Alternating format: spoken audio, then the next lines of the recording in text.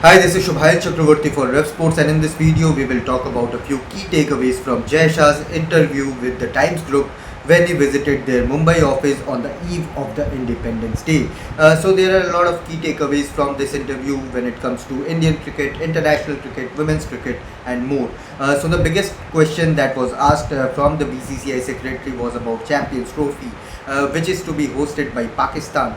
So Jay Shah clearly said that we will cross the bridges when it is time, and there is no view from the BCCI around the Champions Trophy or around visiting Pakistan at this point in time, and there are a few months left for the Champions Trophy, and the Indian government along with the BCCI will take the decision when the time comes. Of course, all the turmoil in Bangladesh, it is scary to see as a neutral perspective, but when it comes to cricket, Bangladesh are supposed to tour India for a two-match test series, and there's a women's T20 World Cup also to be hosted by Bangladesh as of now.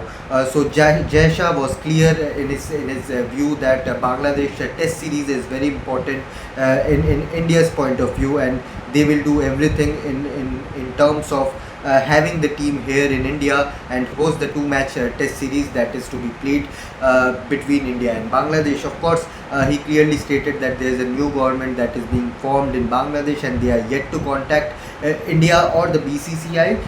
So even if they don't contact, Jay Shah will take the first call and make a contact between the two parties to host the Bangladesh T20I series. And regarding the women's T20 World Cup that is to be played in Bangladesh, that is to be hosted by Bangladesh, Jay Shah did say that ICC had approached the BCCI for hosting the women's T20 World Cup, but as India are to host another women's T20 women's ODI World Cup next year in India, he was very clear that he does not want to give a view or a perspective that India wants to host back-to-back women's World Cup in their country. So the BCCI has clearly refused ICC's offer for hosting the T20 World Cup in Bangladesh. And of course, when it comes to his viewpoint, he was asked about Mohammad Shami and Mayank Yadav's fitness in the view of the upcoming 5-test series against Australia later in this year.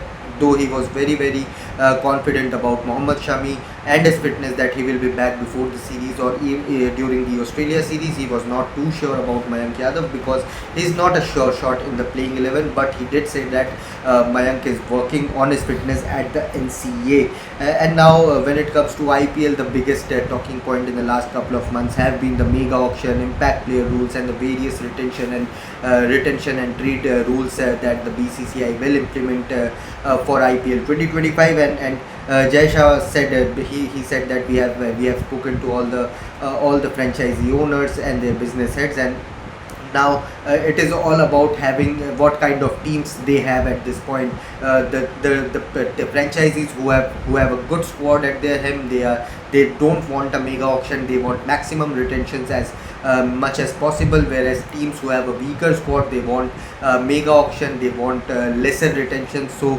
he said that the BCCI have heard their views, and now the board will give their decision pretty soon. He was asked about the impact player rule, which is currently being implemented in the IPL and in the domestic circuit in the Syed Mushtaq Ali Trophy. So he said that we will take a call in a week's time when it comes to impact player in the Syed Mushtaq Ali Trophy, and then they will have a clear view about what to do when it comes to the IPL. Of course, there are two sides, as Jay Shah said in that interview, that it gives an extra Indian player a chance to feature in the playing 11 or playing 12, whereas it is hampering the growth of all-rounders, which is a direct debate point around the impact players. So they will have the BCCI will take a call around the mega auction and the impact player rule. Now a big talking point in Indian cricket has been the new NCA, which will start its work, or you can say it will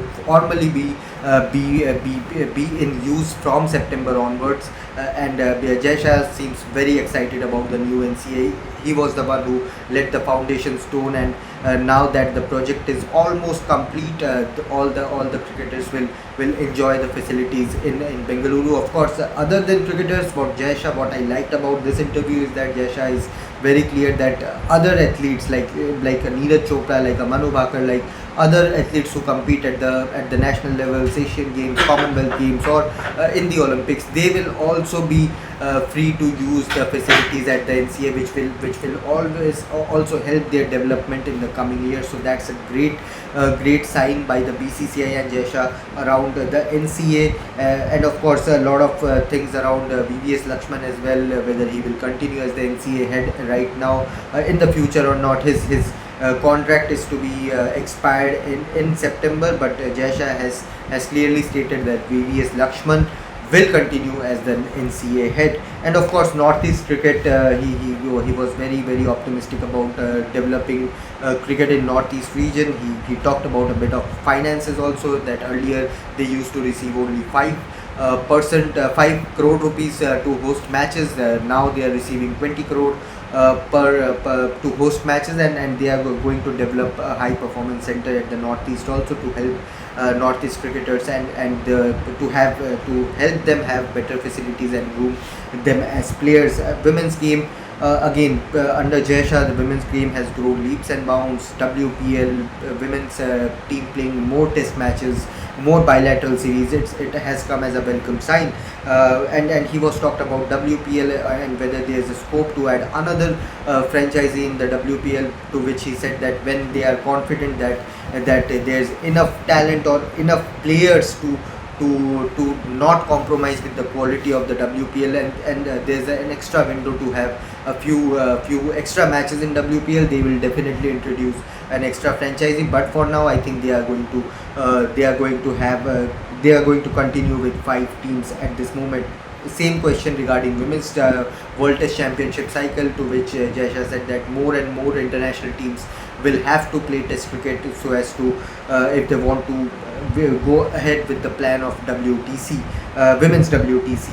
And again, a very interesting takeaway from this entire conversation was that he wanted teams, the touring teams who play test cricket and tour other countries, to get a touring fees, and that is something the ICC are working on. Jay Shah is the head of the finance department of the ICC as well, so he is going to work along the lines to introduce a touring fees for away teams in test cricket, which will come as a welcome boost for all the teams that play 3-match test series, 2-match test series, or even 5-match test series. So that will help the host boards also, that will help the touring teams also to get that extra benefit of finances, and to help them go ahead with test cricket like normalcy. He clearly said that Indian home season will not feature a pink ball test because of the duration it finishes in. There have been matches where pink ball tests have finished in 2.5 days, 2 days, and it is not a regular in red ball cricket. It sometimes happens in red ball cricket, but in pink ball cricket it has become a very regular occurrence. So no pink ball test in India home season. In away season, when India visit Australia, that's a different thing, because Cricket Australia will have that call. But when other teams visit India, they will not have to play pink ball matches. And final takeaway, I think, has to be the importance of domestic cricket. We know Ishan Kishan, Shreyas Iyer, they had to lose their contracts, but now with their reinstation in domestic cricket, with Ishan and Shreyas Iyer coming back to domestic cricket, I think Jay Shah has made his point very clear that apart from Virat, Rohit, Bumrah, all other players who get injured also will have to prove their fitness in domestic circuit and then make a comeback to Indian cricket. So yeah, these were the few takeaways from this interview of Jay Shah with the Times Group.